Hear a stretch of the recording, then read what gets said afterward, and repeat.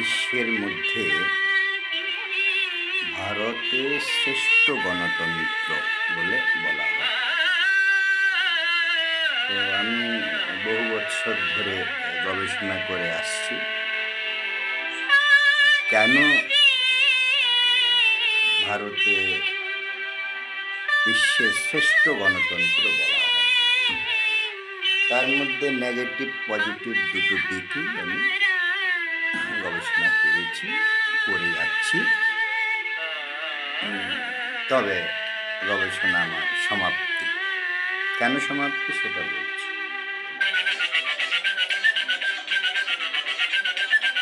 ভারতের সংবিধান প্রণেতা যিনি বিশ্ববন্দিত, যিনি পরাধীন ভারতের লেবার মিনিস্টার ছিলেন, তৎকালীন পৃথিবীর 6 জন পণ্ডিতের একজন, আইনের যত প্রকার ডিগ্রি আছে, আইনের সমস্ত ডিগ্রি প্রাপ্ত, বিদেশের কলম্বিয়া বিশ্ববিদ্যালয় থেকে শুরু করে,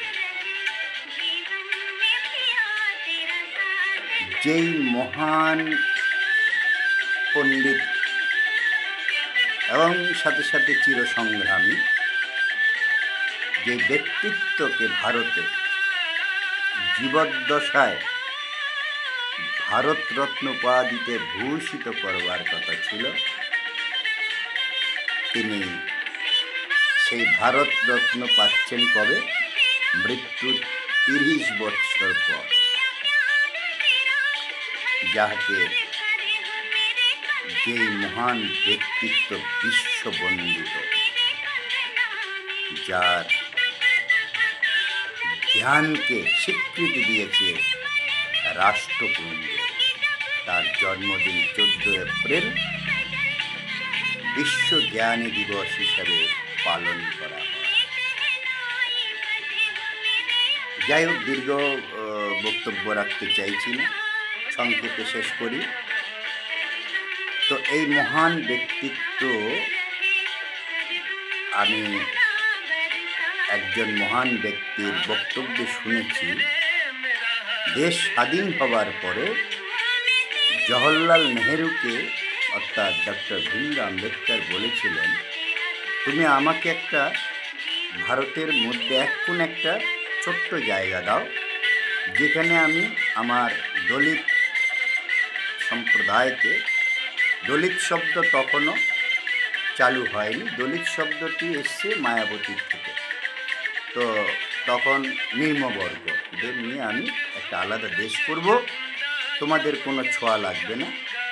কিন্তু জওহরলাল নেহেরু ছিল একজন পণ্ডিত, ধুরন্ধর রাজনীতি ব্যক্তিত্ব, তবে দুর্নীতিপরায়ণ নয়, কিন্তু তিনি